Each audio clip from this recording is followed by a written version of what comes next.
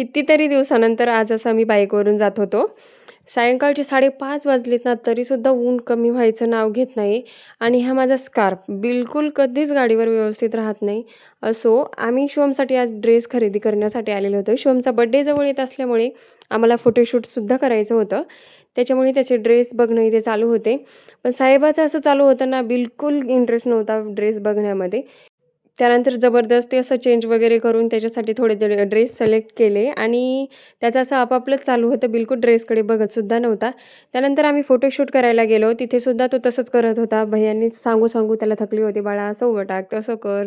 पण त्याचं आपण आपलं पोज ठरलेलीच होती.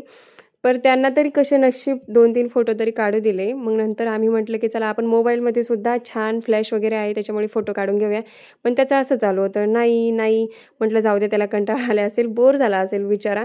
नंतर आम्ही पाणीपुरी वगैरे खाल्ली आणि येताना खूप उशीर झाला होता, त्यामुळे घरीच आईस्क्रीम घेऊन आलो आणि मस्त अशी आईस्क्रीम एन्जॉय केली. बाय.